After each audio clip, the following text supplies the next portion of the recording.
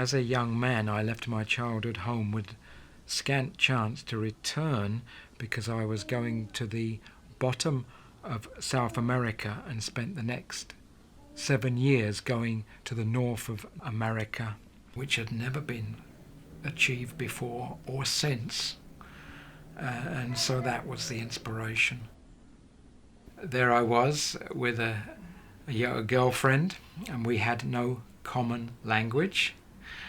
She spoke Japanese and I English.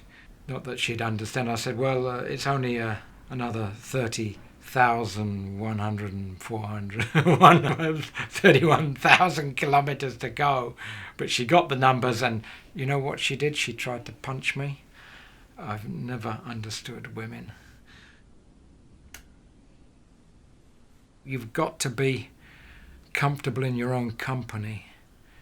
And I had lots and lots of memories from the sea days, and my mind would be in the past and then perhaps in the future, and you're counting your kilometres. I do a kilometre every 10 minutes. That was my pace, 6 kilometres an hour.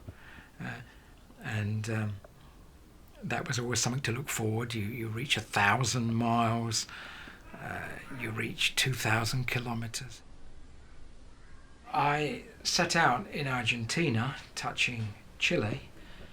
Well, we couldn't get married in Chile, so we got married in Mendoza, and the Argentine military got wind of this kind of wedding celebration, and they broke the wedding up with sawn-off shotguns and steel helmets, and the Argentine friends were terrified because you were supposed to be carrying internal passports, and people were disappearing at a prodigious rate. I crossed the airport and was nearly landed on by some aircraft, oddly enough. The plane was from Japan, and there was a group of Japanese people standing there. I couldn't recognize which of them was my wife, except one was carrying a baby.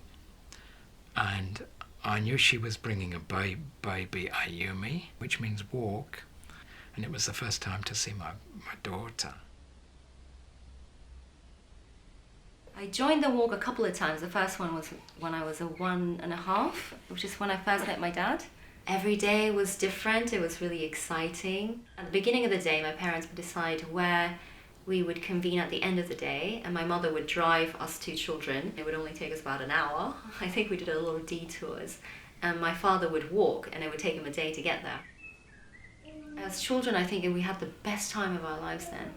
So after the walk, I think what was most difficult was my dad having lost his way of life, which he had for 7 years. And after that, nobody really understood him. It was so drastically different, and I think we had a very hard time adjusting to this life. And I think my father expected something more exciting. I think he was a bit lost for a while. It seems a longer journey after the journey. It was one of the saddest days of my life. I'd finished and lost a dream, and then you have to find the rest of your life. A number of people crack up after those kinds of things. They go home and it's nothing, and I came home, and what was a unique victory was treated as a general failure. And they wouldn't do the book, they wouldn't do anything, they wouldn't talk to me on the television, nothing. As children, I think we had the best time of our lives then. It was after the walk, when my father had accomplished his dream. He lost his best friend, which was the road. And a man without a dream, it's something changes. And so the relationship between my father and my mum sort of changed a little bit after the walk. All four of us were back into this world. It was about, paying rent and finding a job after being gone for 7 years. The wife and I are no longer together, really, but people change, and that's something you will find in your own lives, young people, is that you fall in love with people, but then things change and circumstances change and reality comes in, and strange world we live in, isn't it?